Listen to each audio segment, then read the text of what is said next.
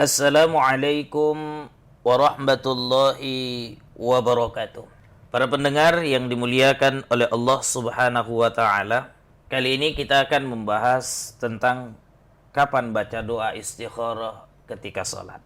Sebelum saya berbicara tentang kapan itu doa itu harus dibaca, ada baiknya kita ulang kembali ya. Kita kaji ulang kembali doa istikharah yang diajarkan oleh Rasulullah sallallahu alaihi wasallam. Rasulullah sallallahu alaihi wasallam sudah menjelaskan redaksi doanya yang bisa dibaca ketika sedang istikharah. Rasul mengatakan, Allahumma inni astakhiruka bi'ilmika. Ya Allah, sesungguhnya aku beristikharah padamu dengan ilmumu. Wa astaqdiruka biqudratika. Aku memohon kepadamu kekuatan dengan kekuatanmu. Wa as'aluka min fadlikal azim. Aku meminta kepadamu dengan kemuliaanmu. Fa innaka taqdiru wa la aqdir. Sesungguhnya engkau yang menakdirkan dan aku tidaklah mampu melakukannya. Wa ta'lamu wa la a'lam wa anta 'allamul ghuyub. Engkau yang maha tahu sedangkan aku tidak tahu. Engkaulah yang maha mengetahui perkara yang gaib. Allahumma in kunta ta'lamu anna hadzal amra khairul li. Ya Allah, jika engkau mengetahui bahwa perkara itu adalah baik bagiku, fi dini wa ma'ashi wa akibati amri, baik bagi agama, kehidupan dan akhir urusanku, faqdurhu li wa yassirhu li summa barik li fihi, maka takdirkanlah hal tersebut untukku dan mudahkanlah untukku dan berkahilah ia untukku. Wa in kunta ta'lamu anna hadzal amra syarrul li. Ya Allah, jika engkau mengetahui bahwa perkara itu jelek untukku, fi dini wa ma'ashi wa akibati amri, bagi agama, kehidupan dan akhir urusanku, fasribhu anni wasribni anhu, maka palingkanlah ia dariku dan palingkanlah aku darinya. Waqdurhu li al khaira, dan takdirkanlah yang terbaik untukku, haitsu kana summa ardini, apapun keadaannya dan jadikanlah aku ridha dengannya. Wa yusammi hajatuhu, lalu kemudian dia menyebutkan hajatnya. Begitulah doa yang diajarkan Rasulullah sallallahu alaihi wasallam. Lalu muncul pertanyaan, kapan kita membaca doa tersebut? Ulama dalam hal ini berbeda pendapat, para pendengar yang dimuliakan oleh Allah Subhanahu wa taala. Yang pertama, ulama mengatakan boleh dibaca ketika sholat. Nah, jadi doa yang diajarkan Rasul tadi, atau kita hafal, itu boleh dibaca ketika sholat. Ini dijelaskan oleh Ibnu Hajar Al-Asqalani dalam kitabnya Fathul Bari. Beliau mengatakan, falau da'a bihi fi asna'is salati i'talamal ijza. Jikalau membaca doa istikharah ini ketika masih dalam solat, maka hal itu dibolehkan. Lalu beliau menjelaskan juga, Syekh Ibnu Hajar menjelaskan juga bahwa waktu untuk berdoa ketika solat adalah saat dalam posisi sujud terakhir, atau bisa juga diantara membaca tasyahud dan sebelum membaca salam. Oke, yang pertama boleh dibaca ketika sholat. Doa tadi ya, boleh dibaca ketika sholat. Waktunya kata Syekh Ibnu Hajar di sujud terakhir, atau di setelah membaca tasyahud akhir dan sebelum mengucap salam.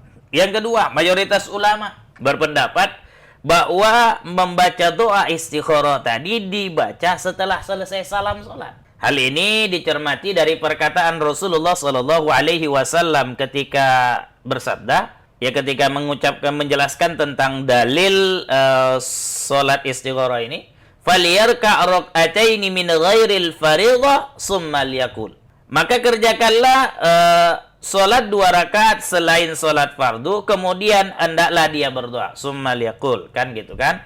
Nah, teks hadis di atas menunjukkan bahwa doanya dibaca setelah melaksanakan 2 rakaat sholat, artinya setelah salam.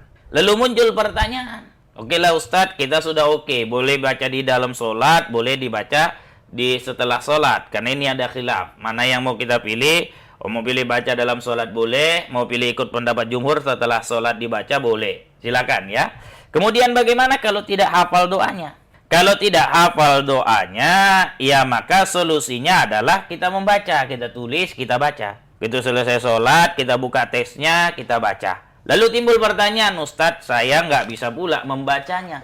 dia ditulis pakai bahasa Indonesia pun gitu ya, tak bisa pula kebetulan membaca. Lalu apa yang dilakukan? Berdoalah dengan doa sendiri, mohon pertolongan Allah agar diberikan pilihan terbaik. Lalu kita belajar juga bagaimana sih etika berdoa kepada Allah Subhanahu wa taala. Ini kan cerita doa istikharah. Istikharah itu intinya adalah doa. Nah, Imam Nawawi menjelaskan dalam kitabnya Al-Azkar bahwa etika dalam berdoa adalah memulai dengan memuji Allah, yaitu seperti mengucapkan alhamdulillah, hamdalah, lalu membaca salawat kepada Nabi Muhammad sallallahu alaihi wasallam. Hal ini difahami atau didasarkan pada keumuman hadis Rasulullah sallallahu alaihi wasallam, "Idza shalla ahadukum falyabda'u bitahmidillahi was-sana'i alaihi, summa liyusalli 'alan nabiy sallallahu alaihi wasallam."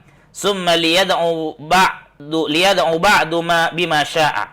Idza shalla ahadukum, kata Rasul, jika salah seorang di antara kalian berdoa, falyabda' bitahmidillahi wassana'i alaihi, maka mulailah dengan memuji Allah dan menyanjungnya. Summa liyusalli 'alan nabiy sallallahu alaihi wasallam, kemudian bersalawat kepada Nabi Muhammad sallallahu alaihi wasallam. Summa liyad'u ba'du bima sya'a, dan mintalah doa yang diinginkan. Hadis riwayat Imam Tirmizi di nomor 3477 dan hadis riwayat Imam Abu Daud, lihat di Sunan Abu Daud di nomor hadis 1481.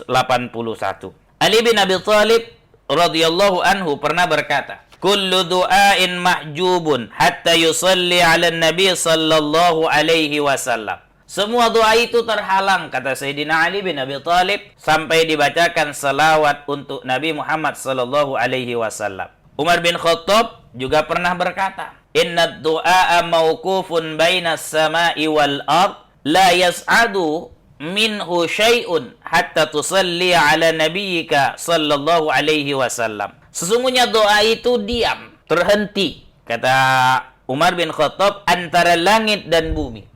La yas'adu, tidak naik ke atas, la yas'adu minhu syai'un, tidak ada yang naik ke atas, hatta tusalli ala nabiyyika sallallahu alaihi wasallam, sampai kamu berselawat kepada nabimu, Nabi Muhammad sallallahu alaihi wasallam. Selain itu, adab berdoa juga adalah menghadap ke arah kiblat, mengangkat kedua tangan, bersimpuh meminta pertolongan Allah agar diberikan pilihan yang terbaik. Lalu selanjutnya, bolehkah solat istikharah berulang kali? Nah, ini sering jadi pertanyaan ini. Bolehkah solat istikharah berulang kali? Tidak sedikit orang yang berharap untuk segera mungkin mendapatkan jawaban berupa kemantapan hati setelah selesai melakukan solat istikharah. Namun, yang dihadapi setelah itu bukannya mendapatkan kemantapan hati, tapi terkadang malah semakin galau karena merasa bahwa yang diharap-harapkan tak kunjung terasa. Maka timbul niat untuk mengulangi lagi solat istikharahnya. Dalam hal ini, para ulama ternyata tidak satu suara dalam hukumnya.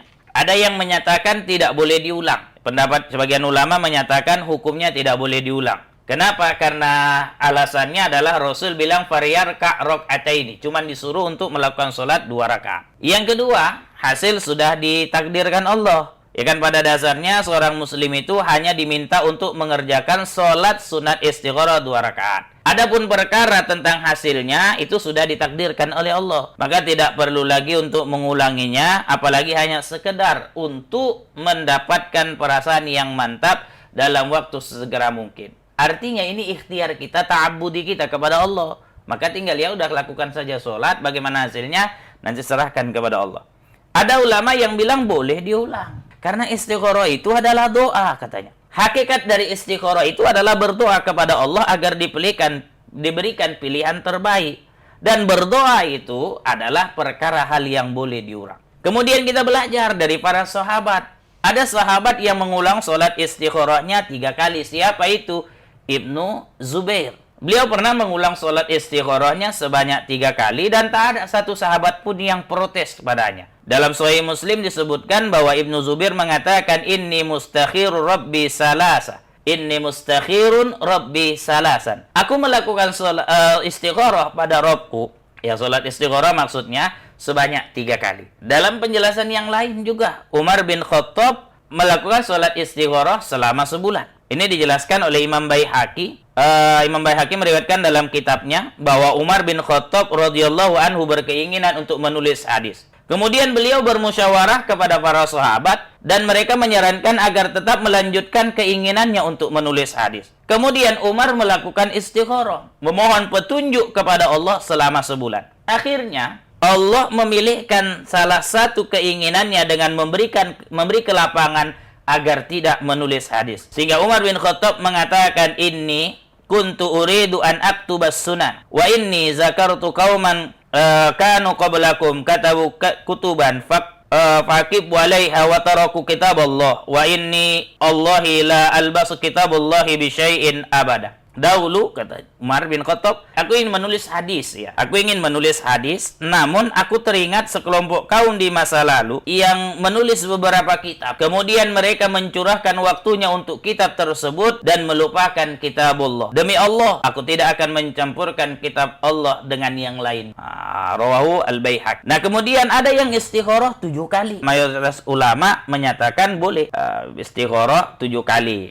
Mayoritas ulama ya, kecuali mazhab Hambali yang menjelaskan jika sudah melakukan istikharah tapi kemudian tidak mendapatkan kemantapan hati, maka boleh baginya mengulang sholat istikharah itu sampai 7 kali. Jadi boleh mengulangnya 7 kali. Adapun dalilnya berdasarkan sebuah hadis yang diriwayatkan dari Anas secara marfu. Iza hamamta bi amrin fastakhir rabbaka fihi sab'a marrat summa anzur ila alladhi yasbuqu ila qalbuka fa innal khaira fihi. Apabila engkau bermaksud sesuatu, maka lakukanlah istikharah pada Tuhanmu 7 kali. Maka lihatlah kemana condong hatimu. Sumanzur ilal ladzi yazbiqu ila qalbik. Perhatikan kemana cenderungnya hatimu. Fa innal khaira fihi, maka disitulah kebaikan itu berada. Namun status hadis ini dikritik oleh sebagian ulama karena sanadnya bermasalah. Di antara yang mengkritikannya itu adalah Ibnu Hajar al-Asqalani. Beliau mengatakan jikalau sanad hadis yang dikutip ini bernilai baik, niscaya akan menjadi pendapat yang muktamad, sanadnya hanya satu. Jadi yang mengkritiknya itu adalah Ibnu Hajar al-Asqalani. Para pendengar yang dimuliakan oleh Allah Subhanahu wa taala,